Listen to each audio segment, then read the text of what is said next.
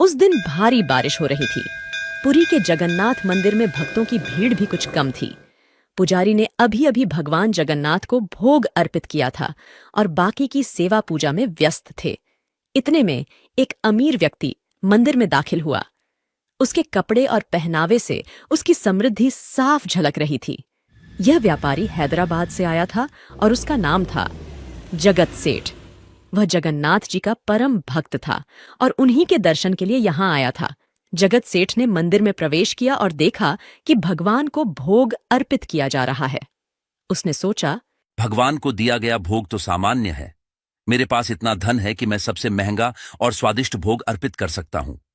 आखिरकार सब कुछ उन्हीं का तो है। जगत सेठ अपने विचारों में खोया हुआ था और भगवान जगन्नाथ जी मंद मंद मुस्कुरा रहे थे, क्योंकि अब असली खेल शुरू होने वाला था।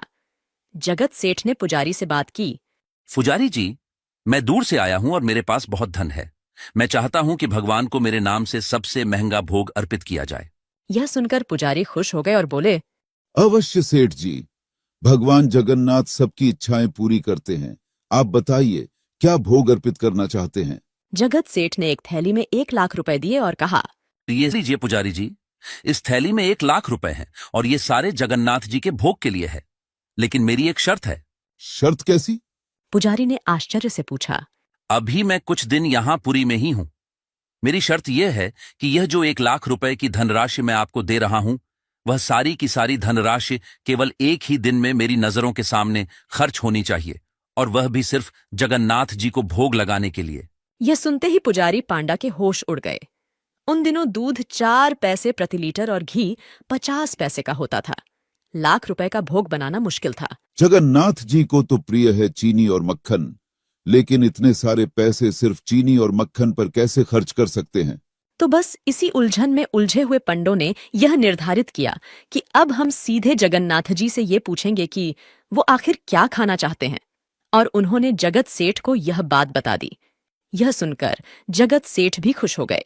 चलिए, अच्छा हुआ। अब जगन्नाथ जी खुद ही बताएंगे और फिर उनकी पसंद का भोग मैं बनवा कर दूंगा। यह बड़ा अच्छा हो गया। रात को मंदिर के मुख्य पुजारी मंदिर के अंदर ही सो गए। जगन्नाथ जी ने उन्हें सपने में दर्शन दिए। हे दीन बंधु, हम तो बड़े ही विकट स्थिति में फंस गए हैं। आप तो सर्वज्ञ हैं। कृपया आप मुझे बताइए कि आपकी क्या इच्छा है। इस धन को कहां और कैसे खर्च किया जाना चाहिए? हम आपके भोग के लिए सिर्फ एक ही दिन में पूरे 1 लाख की धनराशि को कहां खर्च करें? जगत सेठ से कहो कि वो मुझे एक पान अर्पित करें। जब पांडा ने ये सुना तो उसे विश्वास नहीं हुआ। सिर्फ एक पान उसने मन में सोचा। अरे प्रभु, हमें तो पूरे 1 लाख खर्च करने हैं। भला एक पान पर इतना कैसे खर्च हो पाएगा? प्रतिदिन मैं सामान्य चुने वाला पान ग्रहण करता हूं। जगत सेठ से कहो कि वो मुझे जो पान अर्पित करेगा उसमें सामान्य चुना नहीं, अपितु गज मोती चूर्ण का उपयोग किया जाए।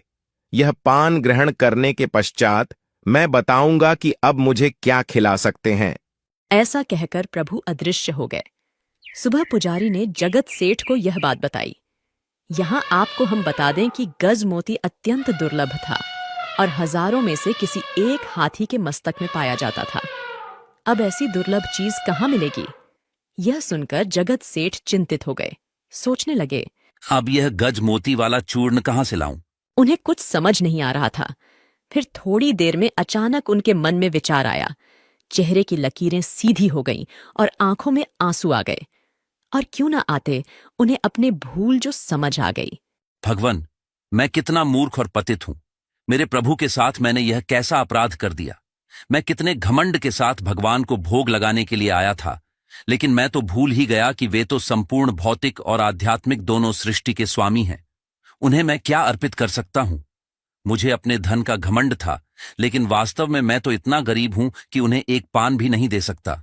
उन्होंने अपने राजसी वस्त्र उतारे, साधारण वस्त्र पहने और 1 लाख रुपए की थैली भगवान के चरणों में रख दी। फिर प्रार्थना करते हुए बोले, प्रभु, मैं अत्यंत घमंड के साथ आपको 1 लाख रुपए का भोजन करवाने हेतु यहां आया था, लेकिन मैं तो आपको एक सामान्य पान भी अर्पित नहीं कर पाया। मुझे क्षमा करें प्रभु, मुझे क्षमा करें।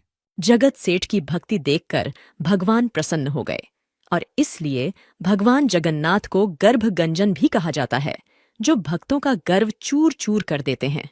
आखिर प्रिय भक्त में अभिमान का अंश कैसे रह सकता है? क्योंकि जैसे भक्त को भगवान से प्रेम होता है, वैसे ही भगवान भी अपने भक्त से दूर नहीं रह सकते। इसलिए भक्त में अगर अभिमान आ जाए और वह भगवान से दूर हो जाए, तो उससे पहले ही भगवान उसके अभिमान को तोड़ देते